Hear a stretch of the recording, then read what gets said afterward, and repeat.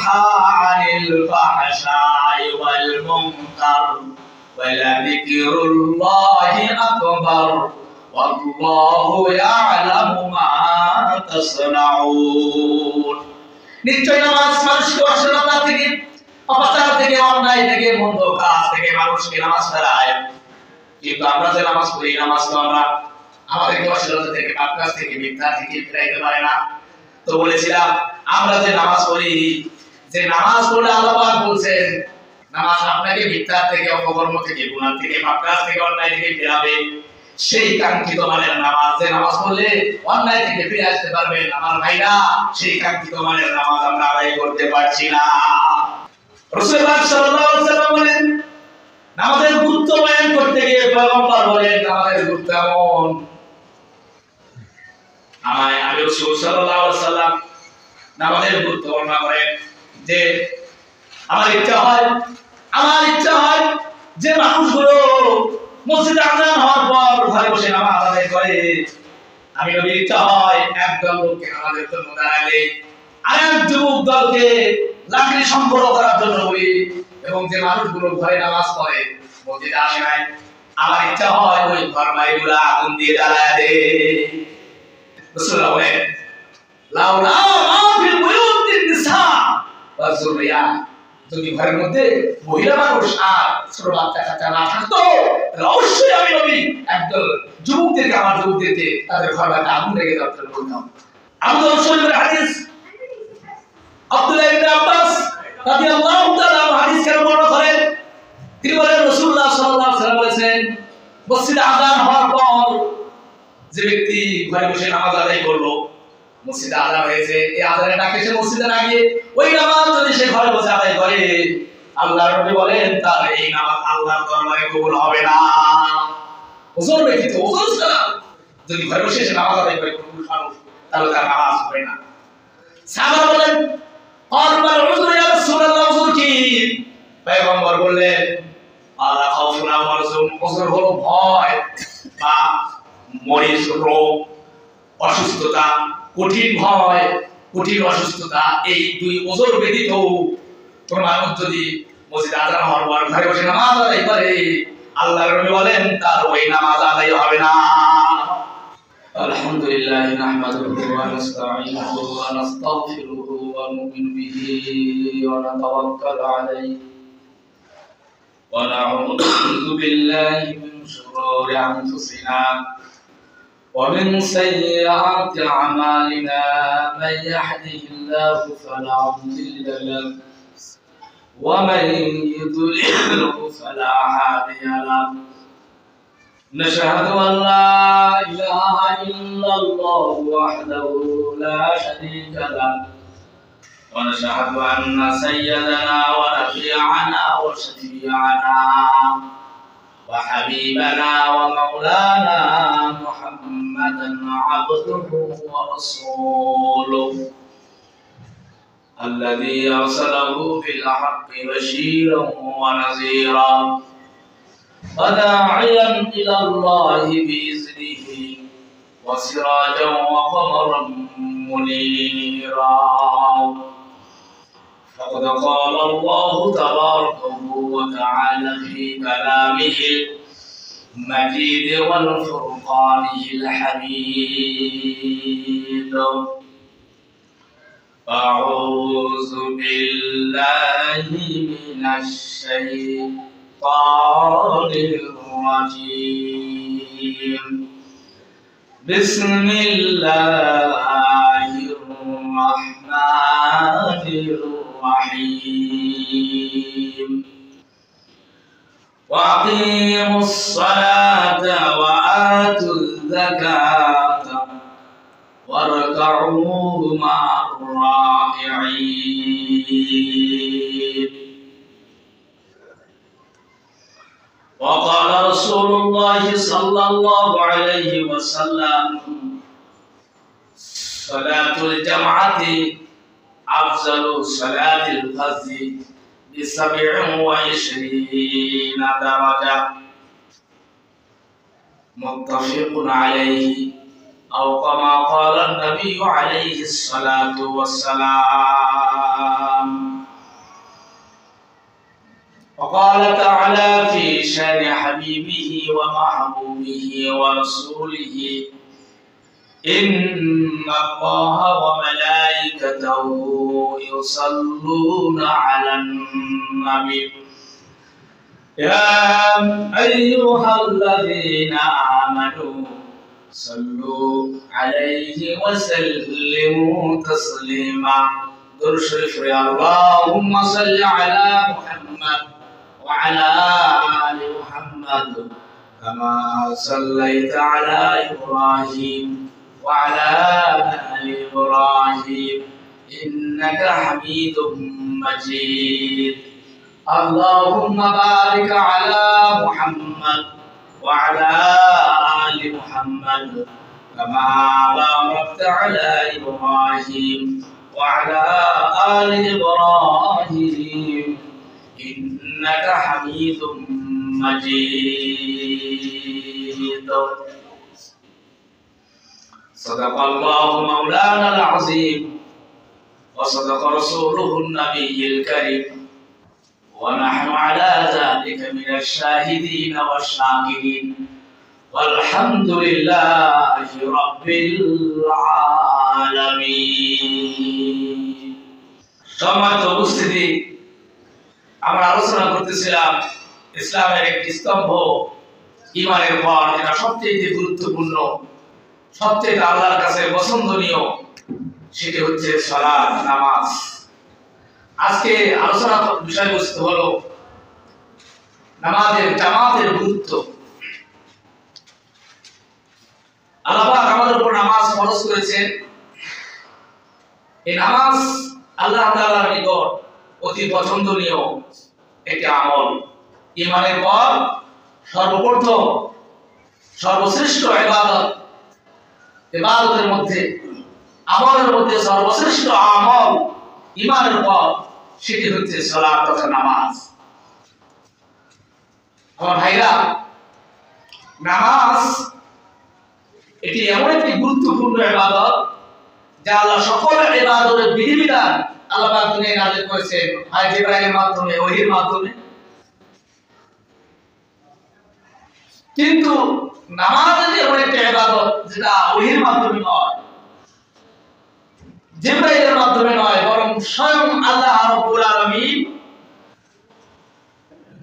তার হাবিব রাসূল করিম সাল্লাল্লাহু আলাইহি ওয়াসাল্লামকে তার সান্নিধ্যে ডেকে নিয়ে সেই মিরাজের রজনীতে তার সান্নিধ্যে ডেকে নিয়ে তেনাকে এবং তেনার উম্মতকে উপঢৌকন হিসাবে, তার উম্মতকে হাদিয়া হিসাবে, তেনাকে এবং তার উম্মতকে হাদিয়া হিসাবে দান করেছেন। বলেন সুবহানাল্লাহ।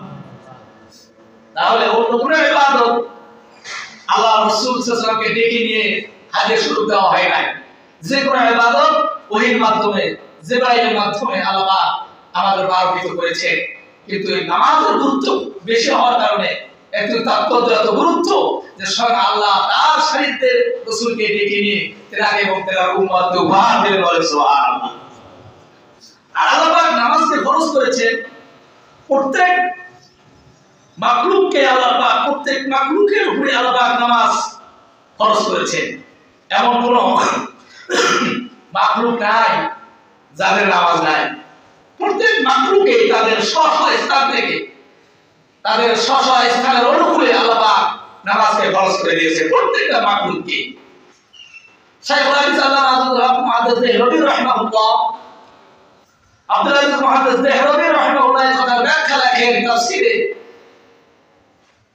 যে প্রত্যেক মাখলুককে আল্লাহ পাক নামাজ দিয়েছেন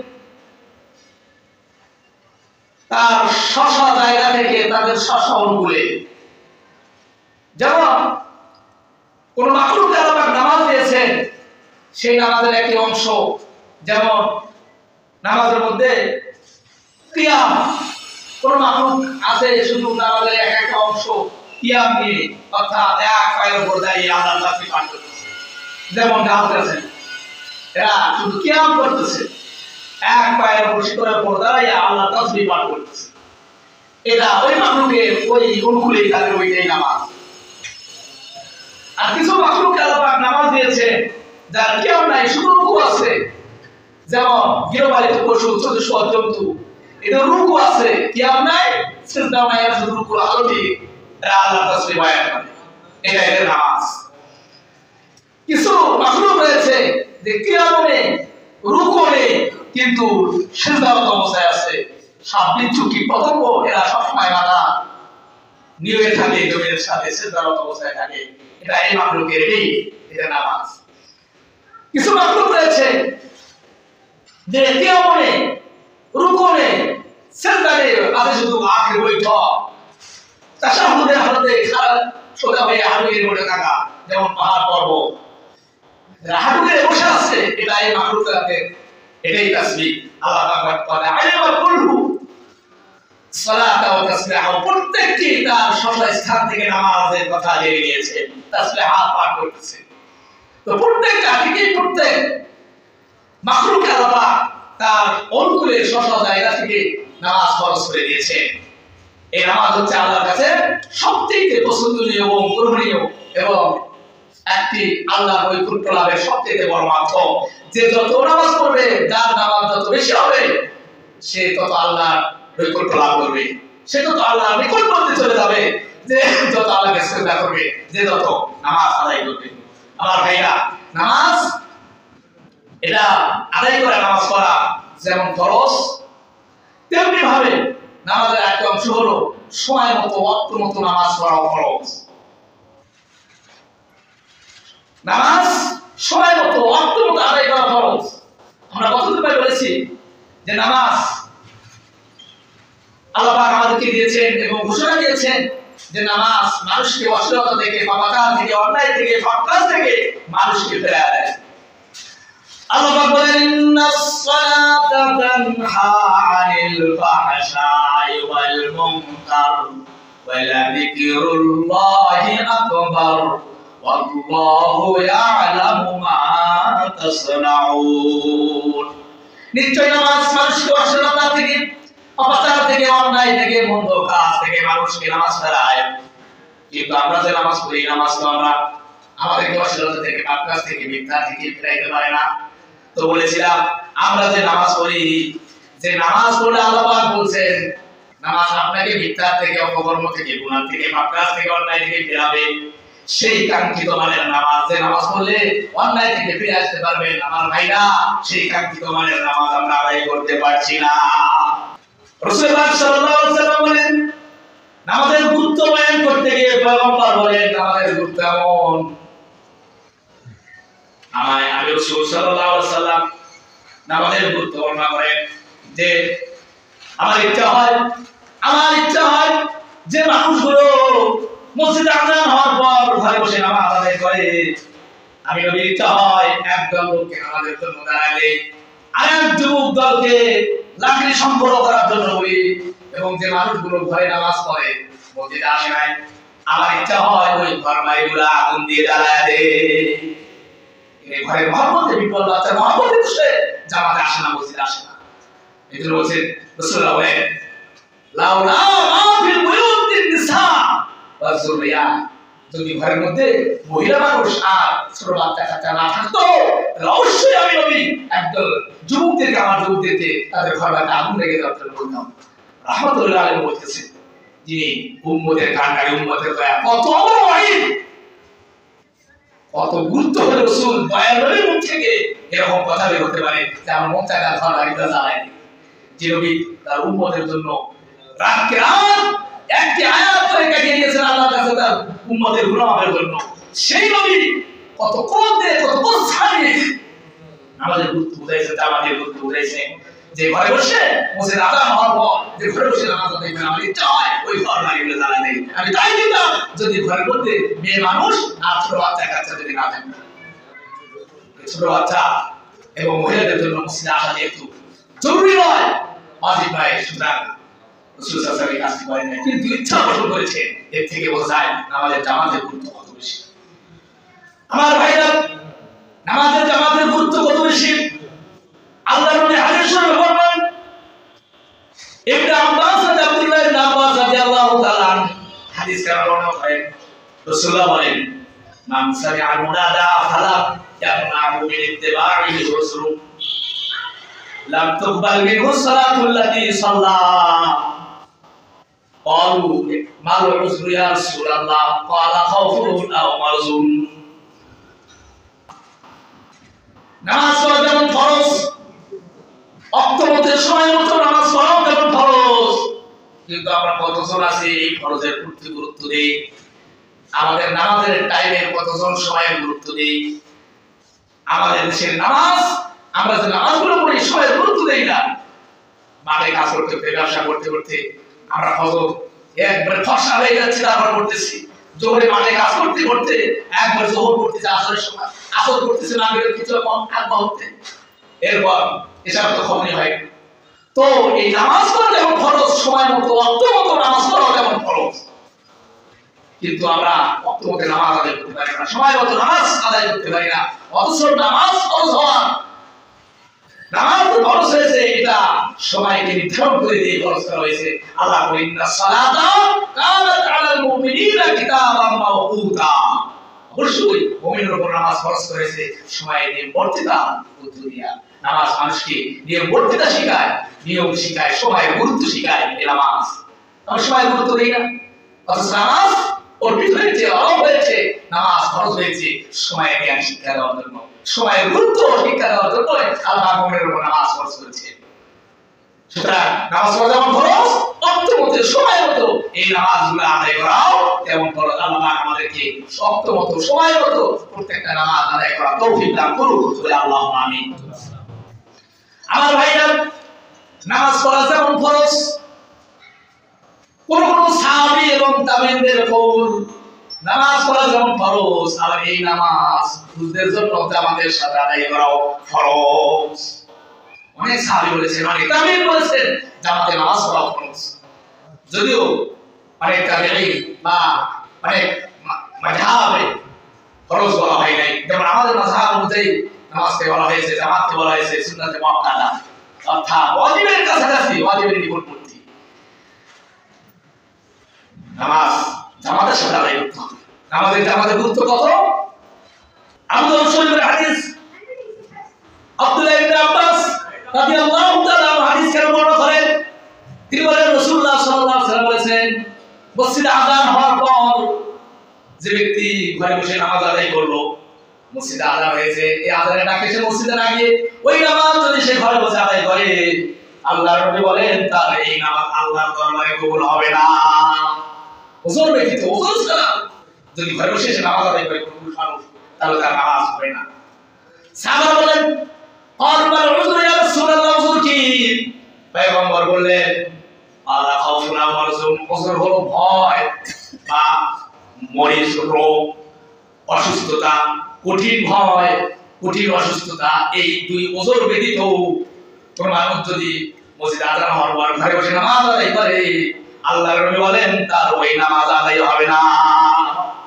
আমাদের জামাতের গুরুত্ব, তবে ব্যাখ্যায় লিখেছেন যে যদিও তার ফরজিয়াত তার জিম্মা থেকে আদায় হবে, কিন্তু নামাজ পড়ার যে বেনিফিট সওয়াব, সেই সওয়াব থেকে সে বঞ্চিত হবে, সেই বেনিফিট, সেই সওয়াব থেকে সে মাহরুম হয়ে যাবে।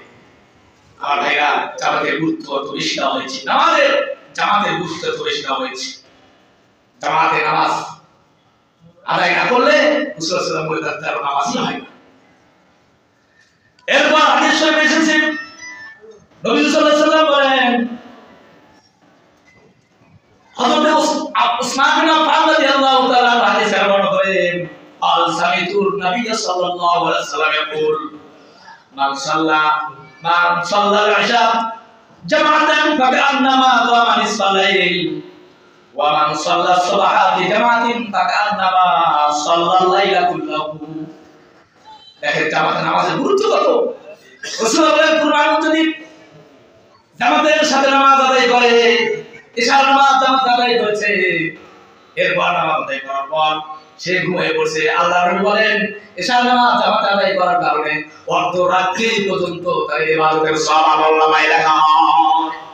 আবার মুসাল্লাহ সালাহাতিন জামাতিন, আর যদি ফজরের নামাজটাও সে জামাতে আদায় করে, কার নামাজ সাল্লাল্লাহু আলাইহি ওয়াসাল্লাম, পয়গম্বর বলেন, মুসলিম শরীফের হাদিস, পয়গম্বর বলে সে যেন সারা রাত ইবাদত করার সওয়াব পাইল। অর্থাৎ সারা রাত সে নামাজ পড়ার সওয়াব পাবে, ইবাদত করার সওয়াব পাবে। ফজরের নামাজ জামাত পড়লে অন্তরা, আর ইশার নামাজ জামাত পড়লে অন্তরা, এই দুই নামাজ যদি কেউ জামাত আদায় করে আর এই দুই নামাজ জামাত আদায় করে সারা রাত সে নামাজের সওয়াব পায়। আমার ভাইরা, আর এই দুইটি নামাজ, ফজরের নামাজ আর এই ইশার নামাজ, এই দুইটা নামাজ এই দুইটা নামাজ খুব কঠিন নামাজ। আল্লাহ বলেন আল মুনাফিকিন ফায়াসআলা সালাতা সাবহি ওয়াল ইশা আসফালা আলাল মুনাফিকিন। সবথেকে বেশি কঠিন মুনাফিকদের নিকট এই দুই ওয়াক্তের নামাজ, ইশা নামাজ আর ফজরের নামাজ। কিন্তু মানুষ যদি জানতো এই নামাজের জামাতের গুরুত্ব কত বেশি, এটা যদি মানুষ জানতো তাহলে মানুষ প্রতিযোগিতা নামে যেত, যুদ্ধে লিপ্ত হতো। মুনাফিকরা ছাড়া কোন মানুষ ফজরের নামাজ, ইশার নামাজ জামাত করতে পারে না। আল্লাহ রাসূল হাদিসে বলেন, যে ব্যক্তি ফজরের নামাজ জামাত আদায় করলো আর যে ব্যক্তি ইশার নামাজ জামাত আদায় করলো, তোমরা তাকে খাঁটি মুমিন বলে সাক্ষ্য দিতে পারো। যে ইশার নামাজ ফজরের নামাজ জামাতে পড়লো সে তো খাঁটি মুসলমান, খাঁটি বান্দা। আর যে আদায় করলো না সে মুনাফিক। মুনাফিকরা নিকট ফজরের নামাজ, ইশার নামাজ খুব কঠিন, এরা আদায় করতে পারে না। আর অন্য সময় গুলাতে কারণ না পড়ে তার বুদ্ধি নেই, মাগরিবের নামাজ সবাই পড়তেছে, না পড়ে তার বুদ্ধি নেই, সবাই দেখে ওই কেমন বসে থাকে, কেমন স্যার না আড্ডা মারে, সবাই নামাজ যাচ্ছে, নামাজ যেতে হয়। এই নামাজগুলো দেখে কিন্তু ফজরের নামাজ আপনি ঘুমাইছেন কেউ দেখেন, এই ব্যবসা করতে নামাজ না পড়ে কেউ দেখেন। তো এই নামাজের কথা বলা হয়েছে, দুইটা নামাজে পড়তে পারবে বলা যাবে সেই ইমানদার তাকে সাক্ষ্য দাও। আর এই নামাজ যারা কমপ্লিট করে পয়গম্বর বলে সে যেন মুনাফিক। মুনাফিকের জন্যই এই নামাজগুলো কঠিন হয়ে যায়। আমার ভাইরা, নামাজের জামাতের গুরুত্ব, জামাত নামাজের জামাত পড়াম এটা ওয়াজিব। কোন মানুষ যদি জামাতের নামাজ আদায় করে তার নামাজ হবে না বলে অনেক হাদিসে পাওয়া যায়। আল্লাহ রাসূল সাল্লাল্লাহু আলাইহি ওয়াসাল্লাম এই নামাজের জামাতের গুরুত্ব বর্ণনা করতে গিয়ে অনেক কথাই বলেছেন। যেমন রাসূলুল্লাহ বলেন, নামাজের জামাত এটা হলো ইসলামের বড় একটি সৌন্দর্য, ইসলামের বড় একটি ঐতিহ্য। নামাজের জামাত আদায় করা, নামাজের জামাত আদায় করলে পরস্পরের মধ্যে সম্বদ্ধতা সৃষ্টি করে দেন আল্লাহ। সম্বদ্ধতা আল্লাহ সৃষ্টি করে দেন আমাদের মধ্যে। নামাজ হলো পরস্পরের মধ্যে সম্বদ্ধ হওয়ার মাধ্যম। আল্লাহ বলেন ওয়াতাসিমু বিহাবলিল্লাহি জামিআ, তোমরা সম্বদ্ধভাবে আল্লাহর নীতি, আল্লাহর শিখে সম্বদ্ধভাবে কাজ করতে হবে। এই সম্বদ্ধতা পয়দা হবে যে মাধ্যমে নামাজের মাধ্যমে। নামাজ মানুষকে সম্বদ্ধতা শেখায়, একগ্রতা শেখায়, মানুষকে মিলেমিশে থাকতে শেখায়। এই নামাজের মাধ্যমে সর্বস্ত জামাতের মাধ্যমে সর্বস্ত মুসলমান একসাথে একত্রিত হয়ে একত্রিত হওয়ার সুযোগ লাভ করে। একজন ধনী, একজন গরিব, ধনী গরিব, উঁচু নিচু, গ্রামের মানুষ, শহরের মানুষ, শিক্ষিত অশিক্ষিত, সকল সবল দুর্বল, সকল মানুষ কোনো ভেদাভেদ ছেড়ে দিয়ে এক কাতারে দাঁড়ায় যায়। এক কাতারে মানুষগুলো দাঁড়ায় গেছে, কোনো ভেদাভেদ নাই। এইভাবে যখন কিছু বলেন, এইভাবে যখন মানুষগুলো ভেদাভেদ বাদ দিয়া, কালো ফসা, ছোট বড়, গরিব দুঃখী সব কিছু বাদ দিয়া যখন এক কাতারে দাঁড়ায় যায়, আল্লাহ আরো সাথে বুঝে হয় ওই বান্দার প্রতি, ওই জামাতের প্রতি আল্লাহর আসমান থেকে রহমত বর্ষণ হতে থাকে। জামাতের গুরুত্ব এত বেশি। আমার ভাইরা, জামাতের কথা বলা হয়েছে, পয়গম্বর বলেন যারা জামাতে নামাজ আদায় করবে, জামাতে নামাজ পড়ার কারণে পরস্পরের মধ্যে বন্ধুত্ব সৃষ্টি হয়। জামাতে নামাজ পড়লে পরস্পরের মধ্যে সম্পর্কতা, বন্ধুতা, ভ্রাতৃত্ব বন্ধন, সম্প্রীতি সৃষ্টি হয়। একই মহল্লার মসজিদ, এই বাড়ি থেকে নামাজ এসেছে, সব বাড়ি থেকে যখন মানুষ নামাজে আসে, একে অপরের মধ্যে একটা মহব্বত সৃষ্টি হয়, ভালোবাসা সৃষ্টি হয়। দেখবেন যারা দৈনন্দিন ফজরে নামাজে আসে, এর মধ্যে এনাদের মধ্যে একটা ভালোবাসা তৈরি হয়, সৃষ্টি হয়। এবার পাঁচ ওয়াক্ত নামাজ যদি মহল্লার মানুষ জামাতের সাথে নামাজ আদায় করে, ওই মহল্লার মধ্যে ভেজাল থাকে না, অন্যায় থাকে না। আল্লাহ পাক ওই মহল্লার মধ্যে, জামাতের মধ্যে, ওই সমাজের মধ্যে জামাত প্রতিষ্ঠিত থাকার কারণে আল্লাহ পাক একটা বৈধ সম্প্রীতি, ভ্রাতৃত্ব পয়দা করে দেন। জামাতের গুরুত্ব রাসূলুল্লাহ বলেন, জামাতে নামাজ আদায় করলে পরস্পরের মধ্যে কৌশল বিনিময় হয়, সামাজিক সৌন্দর্য সম্প্রীতি গড়ে ওঠে, পরস্পরের মধ্যে দূরত্বতা সৃষ্টি খতম হয়ে যায়। একটা অহমিকা, একটা গাম্ভীর্যতা, একটা গাম্ভীর্যতা, একটা অহমিকা, আভিজাত্যবোধ যেটা, এটা দূর হয়ে যায়। কারোর মধ্যে কোনো গর্ব থাকে না, অহংকার থাকে না। গরিব মানুষ একটা, আপনার বাড়ির কামলা যিনি, তিনি বসে আপনার পাশে দাঁড়ায় গেছেন, আপনি মালিক, আপনি একই কাতারে দাঁড়ায় গেছেন। জামাত মানুষকে সম্প্রীতি শিখায়, সম্বদ্ধতা শিখায়। জামাতে নামাজ পড়ার কারণে সম্প্রীতি সৃষ্টি হয়। গরিব দুঃখী, মালিক, রাজা প্রজা, বাদশা, মালিক, ড্রাইভার, এমপি, কোনো পার্থক্য নাই, সবাই নামাজে এক কাতারে দাঁড়ায় যায়। গাড়িওয়ালা দাঁড়াইছেন, ড্রাইভার দাঁড়াইছেন, মন্ত্রী দাঁড়াইছেন, মাস্টার দাঁড়াইছেন, শিক্ষক, ছাত্র দাঁড়াইছেন, কোনো ভেদাভেদ নাই, সবাই এক কাতারে দাঁড়ায় গেছে। নামাজের জামাত এটাই শিক্ষা দেয়। ঐক্যবদ্ধতা, সংঘবদ্ধতা, নেতার আনুগত্যতা শিক্ষা দেয় নামাজ। এত হাজার হাজার মানুষ একজন ইমামের পেছনে সবাই আনুগত্য করে কি হবে নামাজ আদায় করতেছে। এই সংঘবদ্ধতা, এই সম্প্রীতি, এই একত্রতা, এই আনুগত্যতাই শিক্ষা দেয় নামাজের জামাত। এখানে অহংকার থাকে না, এখানে অহমিকা থাকে না, আবিত্ব ভাব এটা খতম হয়ে যায়। একই কারণে সবাই দাঁড়িয়েছে, আমির দাঁড়ালো, ফকির দাঁড়ালো, ড্রাইভার দাঁড়ালো, মন্ত্রী দাঁড়ালো। নামাজ পড়তে গিয়ে ছোট লোকের পা লেগেছে, গরিবের পা লেগেছে, বড় লোকের গায়ে, বড় লোকের বাবার ক্ষমতা নাই এই কথা বলার, যে তোর পা কেন আমার গায়ে লাগলো এটা বলার ক্ষমতা নাই। সবাই এক কাতারে দাঁড়াতে পারবে, সবাই সামনের কাতারে আসার হক রাখে। গ্রামের পুলিশিনী, রাস্তার পুলিশিনী মিল প্রথম কাতারে এসে দাঁড়াইতে পারবে। কোন মন্ত্রীর জন্য, এমপির জন্য প্রথম কাতারে জায়গা ফাঁকা রাখা যায় না। আমার এইটাই শিক্ষা দেয় আমাদের জামাত। একই সব মে খড়ি হো গই महमूद आया, न कोई बंदा रहा, न कोई बंदा नवाज। कोई কাতারে দাঁড়াইছে, সম্রাট মাহমুদ এবং তার চাকর আয়া। এখন বাদশা মাহমুদ নেই, চাকর আয়া হয়ে দুশমন আল্লাহর গোলামে পরিণত হয়ে গেছে। সুবহানাল্লাহ। এইটাই হচ্ছে আমাদের জামাতের শিক্ষা, জামাতের গুরুত্ব। জামাতের আমাদের গুলি সম্বদ্ধতা, প্রেম, প্রীতি, ভালোবাসা, সম্প্রীতি সৃষ্টি হয়। এজন্য আল্লাহ বলেন আকিমুস সালাতা ওয়া আতুজ যাকাতা ওয়ারকাউ মা'আর রাকিঈন। সূরা বাকারা, এই সূরা বাকারা তাহলে প্রায় আল্লাহ বলছেন আকিমুস সালাত, তোমরা নামাজ কায়েম করো। এখানে নামাজ পড়ার কথা না, এখানে নামাজ কায়েম করার কথা বলা হয়েছে। আতুজ যাকাত, যাকাত প্রদানের কথা বলা হয়েছে। এর মধ্যে হচ্ছে জামাতের কথা, ওয়ারকাউ মা'আর রাকিঈন। নামাজ একা একা পড়তে হবে না, যারা নামাজ পড়ে তাদের সাথে নামাজ পড়ো। ওয়ারকাউ মা'আর রাকিঈন, রুকুকারীদের সাথে, নাফিলদারীদের সাথে, নামাজীদের সাথে নামাজ পড়ো। মানে একা একা নামাজ পড়বে না। ওয়ারকাউ মা'আর রাকিঈন, নামাজীদের সাথে নামাজ পড়ো, জামাত বন্ধুদের সাথে নামাজ পড়ো, জামাতের সাথে নামাজ পড়ো। তাহলে আকিমুস সালাত এটা নামাজ পড়ার কথা নয়, এটা হলো নামাজ প্রতিষ্ঠিত করা। আর ওয়ারকাউ মা'আর রাকিঈন এটা হলো জামাত প্রতিষ্ঠিত করা, জামাতের সাথে নামাজ আদায় করা। এটা হলো নামাজ প্রতিষ্ঠিত করা। প্রতিষ্ঠিত মানে যে জিনিসটা সমাজে প্রতিষ্ঠিত নাই, রাষ্ট্রে প্রতিষ্ঠিত নাই, আমার বাড়িতে প্রতিষ্ঠিত নাই, ওই জিনিসটা প্রতিষ্ঠিত করা। তাহলে নামাজ আমাদের বাড়িতে প্রতিষ্ঠিত আছে, নামাজ আমার সমাজে প্রতিষ্ঠিত আছে, নামাজ আমার সমাজের রাষ্ট্রে প্রতিষ্ঠিত আছে কিনা আমরাই ভালো জানি। আছে কিনা? আমি নামাজ পড়ি, আমার বউ নামাজ পড়ে, আমি বাড়িতে তো নামাজ প্রতিষ্ঠিত করতে পারতেছি না। নামাজ বাড়িতে প্রতিষ্ঠিত করে, সমাজে প্রতিষ্ঠিত করে, এরপর রাষ্ট্রে প্রতিষ্ঠিত করে। বাড়িতে প্রতিষ্ঠিত করতে না পারলে সমাজে কেমন প্রতিষ্ঠিত করবে? নিজেই নামাজ পড়ি না, পরিবারকে কেমন প্রতিষ্ঠিত করবে? আকিমুস সালাত, নামাজ প্রতিষ্ঠিত করো, এই নামাজ প্রতিষ্ঠিত করো, কায়েম করো, তোমার পৃথিবী নিয়ে রাষ্ট্র পর্যন্ত নামাজ প্রতিষ্ঠিত করো। আগে বাড়িতে নামাজ প্রতিষ্ঠিত করো। অনেকেই আমরা জামাত ইসলামের রুকন হয়েছি, আমির হয়েছি, বউ পড়তে পারে না, বউ নামাজ পড়ে না, বিবি নামাজ পড়ে, বাড়িতে তো আপনি নামাজ প্রতিষ্ঠিত করতে পারেন নাই, আপনি রাষ্ট্র নিয়ে নামাজ প্রতিষ্ঠিত করবেন কেমন? আগে বাড়িতে নামাজ প্রতিষ্ঠিত করেন, আগে নিজে নামাজ হন, ওয়াসতাবির আলাইহা, নিজে নামাজ প্রতিষ্ঠিত করেন, নামাজের উপর দল থাকে, এরপর আওলাদাকুম আসওয়াজাকুম, তোমার স্ত্রী সন্তান আদিদেরকে নামাজের উপর প্রতিষ্ঠিত করে, নামাজ আকিমুস সালাত, নামাজ প্রতিষ্ঠিত করো। নিজে নামাজ পড়ো, নিজের বিবি বাল বাচ্চা, ঘর বাড়ির সবাইকে নামাজের উপর কায়েম করো, প্রতিষ্ঠিত করো।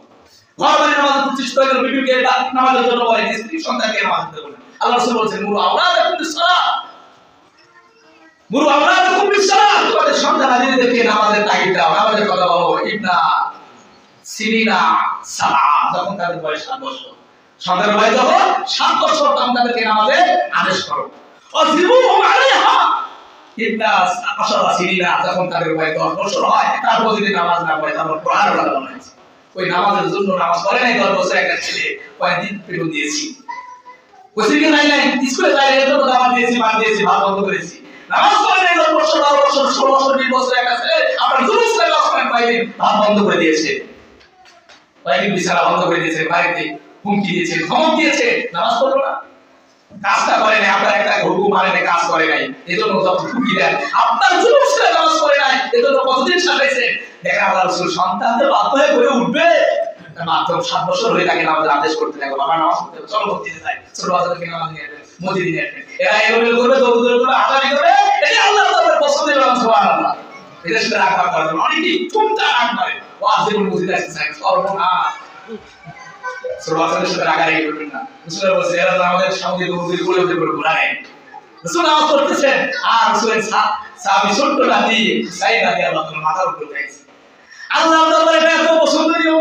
আল্লাহর নবী কাছে জিবরাইল এসে বললেন, ইয়া রাসূলুল্লাহ, যতক্ষণ পর্যন্ত আপনার হুসাইন আপনার পেটে বসে থাকবে ততক্ষণ পর্যন্ত আল্লাহ পাক আপনাকে সিজদা থেকে মাথা উঠাতে নিষেধ করেছে।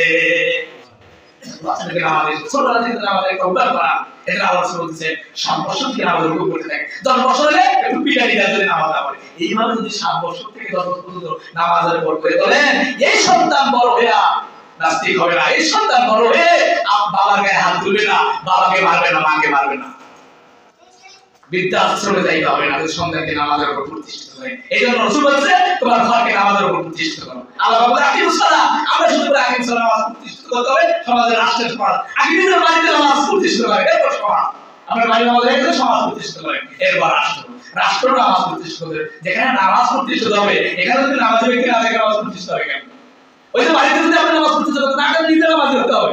রাষ্ট্র থেকে নামাজ প্রতিষ্ঠিত করতে হবে, যেটা মানুষগুলো নামাজি হয় সেই নামাজ মানুষগুলো যদি রাষ্ট্রের সংসদে পার্লামেন্টে পাঠান, তাহলে তারা নিজেরাই নামাজ পড়ে না, তাহলে নামাজের আইন পাস করবে কেমনে, নামাজ প্রতিষ্ঠিত কেমনে? এই জন্য যাদের মাধ্যমে নামাজ প্রতিষ্ঠিত হয়, ওই লোকগুলোকেই তো পার্লামেন্টে পাঠাতে হবে, তাই নামাজ প্রতিষ্ঠিত হবে। আল্লাহ বলেন আল্লাযীনা ইম্মাক্কান্নাহুম ফিল আরদি আকামাস সালাহ, যারা নামাজ পড়ে, যারা নামাজি, যারা মুমিন, এই লোকগুলো যদি পার্লামেন্টে যায়, তাহলে পার্লামেন্টে যায় তারা নামাজ প্রতিষ্ঠিত করবে।